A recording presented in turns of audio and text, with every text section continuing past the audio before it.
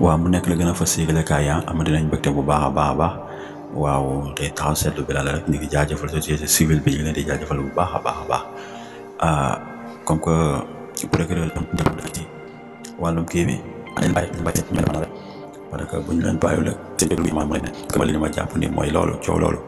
du di fen nga xam jàpp bu ñu leeralee nag ko jël ba teg leen ci yoon ak ñeneen ñi nga xam ne ñooy lu alalu askan bi booba dina yàq parce que tamit xaalisu Covid 19 foofu war na doon moom ñi beneen bi si topp mooy ñu ngi ñaan si mu taxawaay waaw université bi nekk Touba di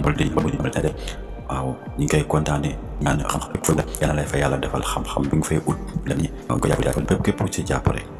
waaw beneen bi si topp mooy Macky Sall su waree dem Thiès si ndaamal Kajoor waaw baax na mburoog soow waaw noonu la affaire bi politique la rek bu kii defee nii kii def nii mu nekkoon seen taxaw seetlu di leen jaajëfal jërë ngeen jëf